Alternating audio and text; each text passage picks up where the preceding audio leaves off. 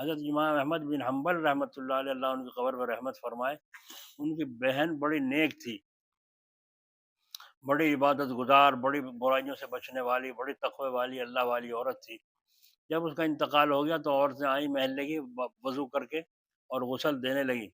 جب ایک عورت نے استنجے کی جگہ پر ہاتھ رکھا، کپڑا پہن کر تھیل لی اور ہاتھ رکھا تو یوں کہا، غسل تو ہم تجھے دے رہے ہیں مگر تو اپنی زندگی میں اچھی نہیں تھی۔ اچھی نہیں تھی سمجھ میں آ گئی، یعنی بدکار۔ غسل تو ہم کر ہی دے رہے ہیں، دے ہی رہے ہیں، مگر تو زندگی میں اچھی عورت نہیں تھی، تیرا کردار اچھا نہیں تھا۔ تو ہاتھ جو شرمگاہ پر رکھا، اللہ کے قدرت، اللہ کی شان، کہ ہاتھ وہیں چپک گیا۔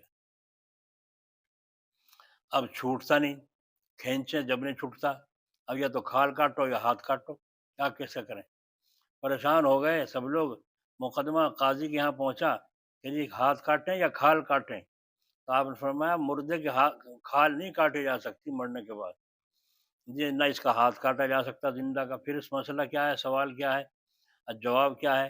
تو آپ نے فرمایا اس کے 80 کوڑے لگاؤ۔ اس نے تہمت لگائی ہے ایک نیک ولی اللہ عورت پر، نیک ولی اللہ عورت پر کوڑے تہمت لگانے کی وجہ سے 80 درے، 80 کوڑے اس کے مارو۔ 80 کوڑے لگنے کے بعد یہ عورت اسے جب چھوڑ سکتی ہے، ورنہ چھوڑے گی نہیں۔ آپ اندازہ لگائیے، میں آپ سے پوچھتا ہوں، مرنے کے بعد یہ مردہ پکڑ لے؟ پکڑ لے؟ انہیں کیوں پکڑ لیا؟ اور بہت سے واقعات ہیں، کفن چور کفن کھینچا تو انہوں نے ہاتھ پکڑ لیا اس عورت نے، انہوں نے کہا میرا ہاتھ چھوڑو، مجھے کیوں پکڑ رہی ہو؟ کہ افسوس، بخشا ہوا آدمی بخشی ہوئی عورت کا کفن اتارتا ہے۔ تو آپ تو حق تعالیٰ کے پاس پہنچ گئی، بخشی گئی ہوں گی، میں تو زندہ ہوں، میرا کیا خبر؟ فرمایا تم نے میری نماز جنازہ نہیں پڑھی؟ فرمایا پڑھی۔ فرمایا جتنوں نے میری نماز جنازہ پڑھی اللہ نے سب کی مغفرت فرمائی۔ تو بخشا ہوا آدمی بخشی عورت کا کفن اتارے؟ تو اندازہ لگاؤ، مرنے کے بعد جو پکڑ لیا اس نے تو معلوم ہوا کہ وہ زندہ ہے، مر گئے؟ زندہ پکڑے گا، مرا ہوا پکڑے گا؟ یہ تو اللہ تعالیٰ نے رسول کی سنت قرار دی ہے، آنکھ میچ کے پڑ جاؤ مردوں کی طرح، بس غسل دے رہا، دوسرا کپڑا پہنا رہا، دوسرا کفن میں قبر میں اتار رہے ہیں تو دوسرے، لیکن اللہ کے ولی جو ہیں یہ زندہ ہیں، ان کا زندگی تمہیں خبر نہیں، تمہیں ان کی خبر نہیں ہے۔ اللہ تعالیٰ اپنے فضل و کرم سے ہمیں توفیق دے، ہم کسی پر تہمت نہ لگائیں، اپنی فکر کریں۔ تو امام احمد بن حنبل رحمۃ اللہ علیہ کی بہن کو اس طریقے سے جیسے اس نے ستایا اور فوراً نقد سزا ملی۔ تو پکڑا کس نے؟ معلوم ہوا کہ ولی ایک جہان سے دوسرے جہان کی طرف منتقل تو ہو جاتا ہے، لیکن ظاہر میں وہ مردہ پڑا ہوا ہے، لیکن اندر سے زندہ ہے۔ تو ہمارا جی نہیں چاہتا کہ ہم اللہ کے ولی بنیں، گناہوں کو چھوڑ کر آج سے اللہ تعالیٰ سے تعلق جوڑیں، اللہ کو پکارنا شروع کریں، ہمارا جی نہیں چاہتا، کیونکہ دنیا کی چمک چمک جو ہے ہمارے سامنے ہے، دنیا کے ذائقے چھوٹ سے نظر آئیں گے، آخرت کے جو مزے ہیں وہ پردے میں ہیں۔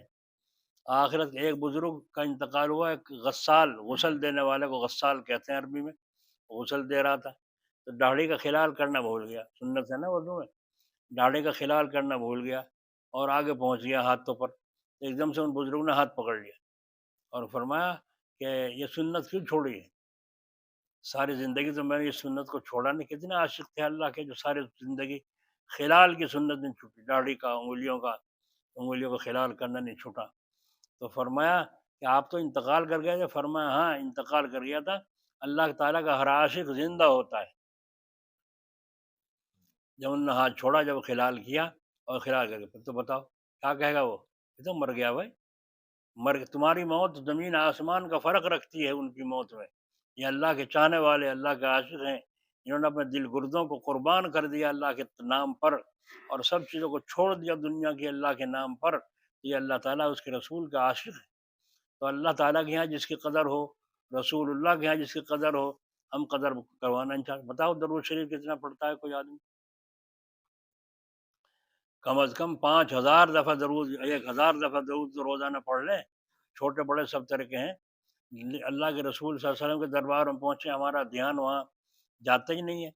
جو حج عمرہ کر کے آئے ہیں انہیں سارا معلوم ہے بیت اللہ کا نقشہ کیسا ہے، رسول اللہ کی روزے کی جائلیوں کا نقشہ کیسا ہے۔ تو درود شریف پڑھتے ہیں، وہیں حاضری ہے اور پھر درود شریف توجہ اور روحانیت کے ساتھ پڑھ رہا ہے، کتنا بڑا مقام نصیب ہو، اور ہم لینا ہی نہیں چاہتے۔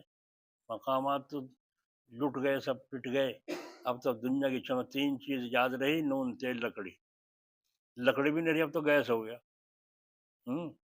گیس اتار لیا کھیس، ایک دم سے کھڑے رہ گئے ننگے، گیس ختم ہو گیا، بھائی چلو ڈھونڈو کہیں۔